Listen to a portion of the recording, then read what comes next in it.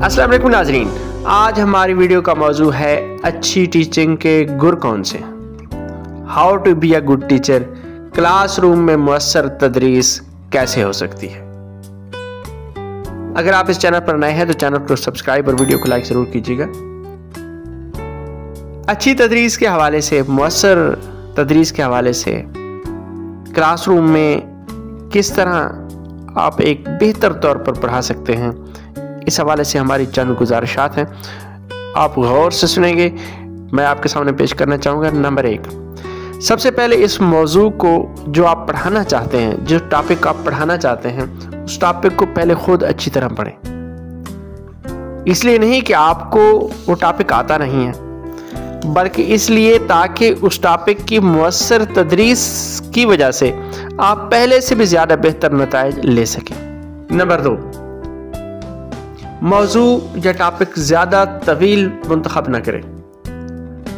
वो इसलिए कि आप मुकर्रर वक्त जो होता है, जो पीरियड का, उसके अंदर ही आप उसको ख़त्म कर सकें, इसलिए मौजू छोटा मुंतखब करें। नंबर 3 है, मौजू या टॉपिक को मज़ीद छोटे अज्जा में तकसीम कर सकें।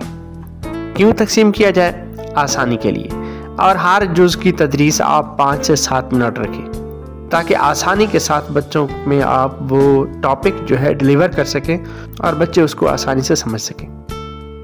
चौथे नंबर पर है कि उन अज्जा के दरमियान में जो आपने जिस टॉपिक को मज़ीद जिन अज्जा में तकसीम किया है, उन अज्जा के दरमियान में आप फॉर्मेटिव असेसमेंट करें।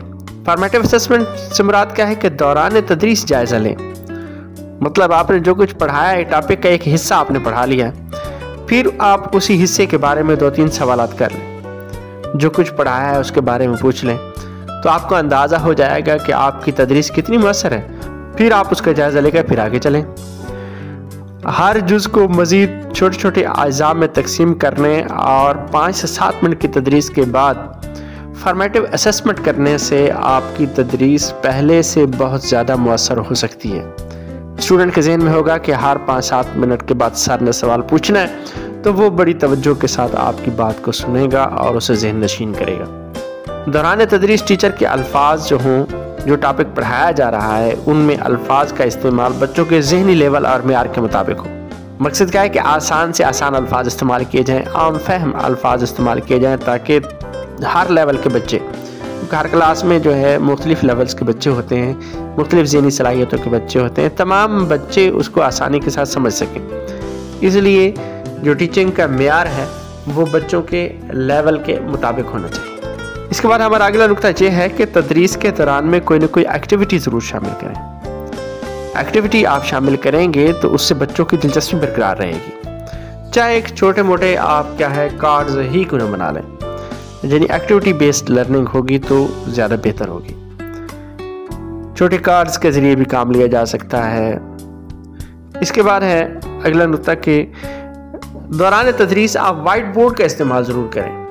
वाइट बोर्ड का इस्तेमाल करेंगे तो वो भी जो है छोटी क्लासों में ख़ुसूसन तौर पर बहुत ज़्यादा ज़रूरी है, छोटी क्लासेस में वाइट बोर्ड का इस्तेमाल, ताकि वो उन अल्फाज जो आप पढ़ा रहे हैं, जो टॉपिक में मुश्किल अल्फाज हैं, वो उनको सामने आप उनके लिखते जाएँ, मुख्तलिफ जो इस्तिलाहात हैं उनकी वजाहत करेंगे, तो वाइट बोर्ड के ज़रिए आप तलबा को अपनी तरफ मुतवज्जे कर सकते हैं। मुअस्सर तदरीस के हवाले से पहली बात ये थी कि टॉपिक को खुद अच्छी तरह पढ़ें, फिर कि मुकर्रर टॉपिक छोटा लें ताकि मुकर्रर वक्त में आप उसको ख़त्म भी कर सकें। फिर ये था कि उसके दौरान में क्या है, आपको टॉपिक को मुख्तलिफ आगे टॉपिक्स में क्या करें, तकसीम करें, और फिर उस दौरान में आप फॉर्मेटिव असेसमेंट करें। 5 से 7 मिनट पढ़ाने के बाद एक तो सवाल कर लें, ताकि बच्चे मुतमईन रहें और उनके जहन में हो कि सर ने जो है इसके बाद सवाल पूछने हैं। और बच्चों जो आपकी जो तदरीस का अल्फाज हैं, जो लेवल है, वो बच्चों के लेवल और बच्चों के जहनी लेवल और उनके मेयार के मुताबिक होना चाहिए। आसान से आसान हो और आम फहम अल्फाज हो।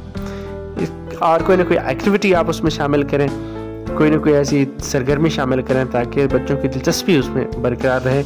और वाइट बोर्ड या ब्लैक बोर्ड जो भी आपके पास हो, اس کا استعمال ضرور کریں تاکہ اس کے ذریعے بچوں کے الفاظ کو لکھنا سیکھ جائیں گے، دوسرا وہ آپ کی طرف متوجہ رہیں گے۔ اگلی ویڈیو تک کے لیے اللہ حافظ۔